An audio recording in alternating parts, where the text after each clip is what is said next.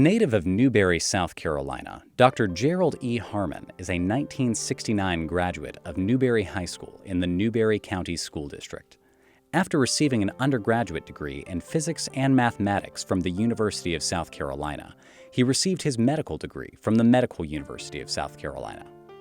Dr. Harmon completed his residency training program in family medicine with the U.S. Air Force at Eglin Air Force Base, which led to a 35-year career with the U.S. Air Force and Air Force National Guard.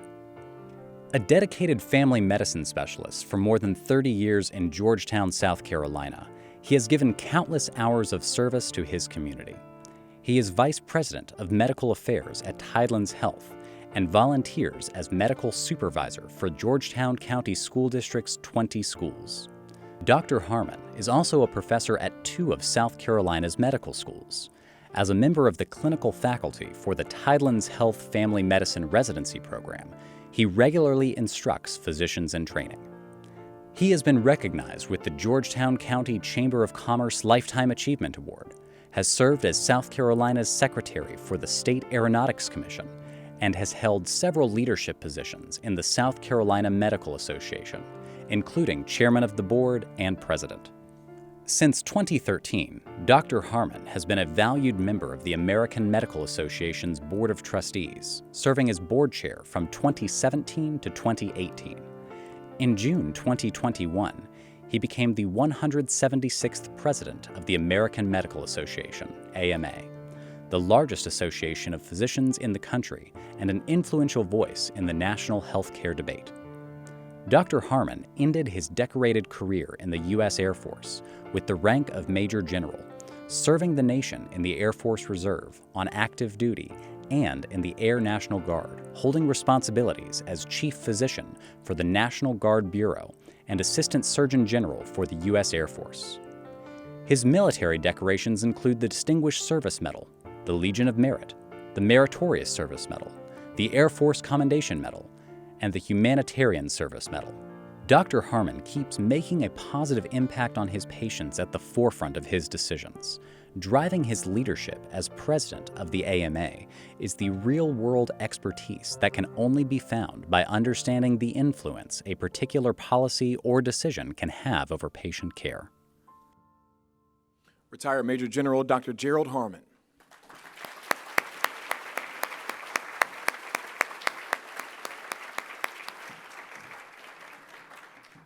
Was that a hop that I missed?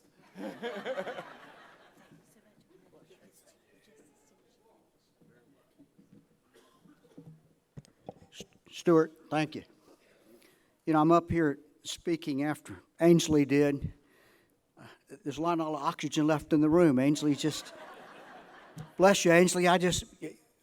Go Gamecocks, go South Carolina, bless you and your family and all of us here. It's just, you choked me up over there, Ainsley. Appreciate that.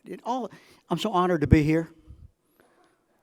The Hall of Famers, the educators in this room, the professional education, the fact that we're recognizing public education in South Carolina with this distinguished group to be included. You know, Horace Mann said that education is the greatest achievement of mankind. It levels out all other human endeavors. Education, open public education, is not just to the wealthy, to the gifted, but to everybody. And Horace Mann was right.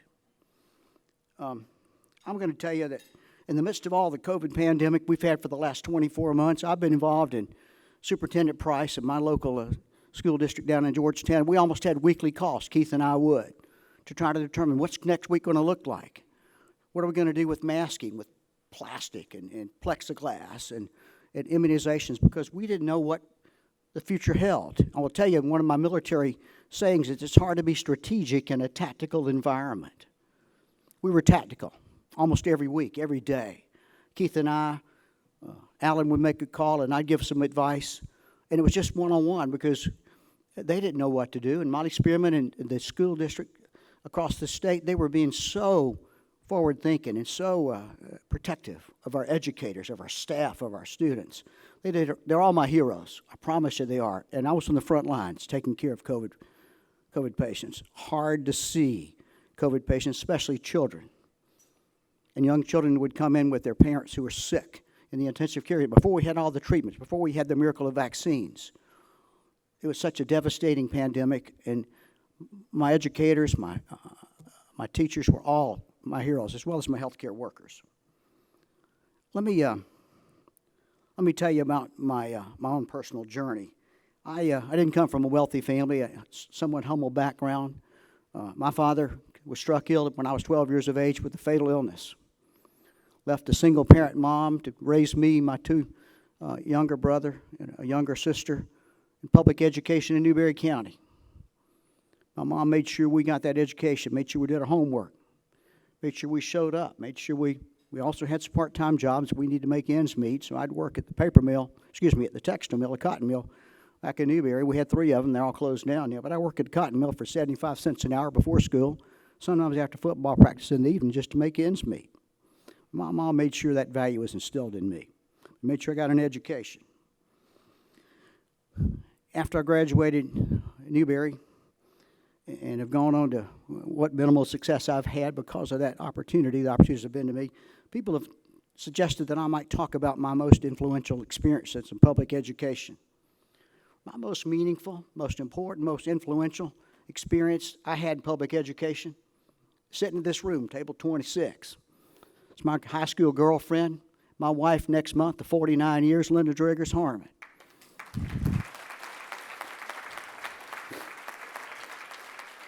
With 2 of our granddaughters, Marley Rebecca, Connor Marie. You can say hi too, Connor. This is what it's all about. Promise you it is.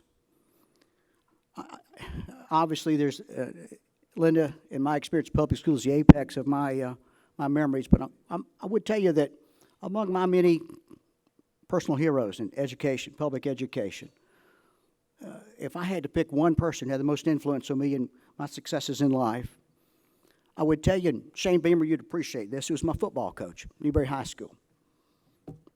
He didn't teach me Harvard physics. He didn't teach me English or history or geography, biology. He taught me character. He taught me that hard work, practice, would lead to success. I remember before football games that we would have a big opponent coming up in Newberry, and big opponents were like Lower Richland, Mooney Player, the Diamond Hornets, really good, Woodruff. Tough football opponents for us at Newberry. He'd say, boys, look at me and say, Jerry Harmon, always remember where you're from. Remember where you're from. Leave it all on the football field and in life. Always remember you represent your neighborhood, your community, and your state. Make sure you always do that. That was a character-building episode for me, and that served me well throughout my career.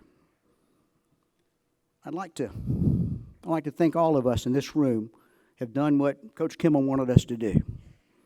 We've served our state, our communities, our cities and counties well. We've served our families well.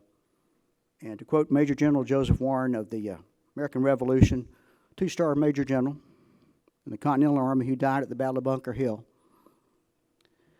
we've acted worthy of ourselves. It's an honor to be with you. Thank you.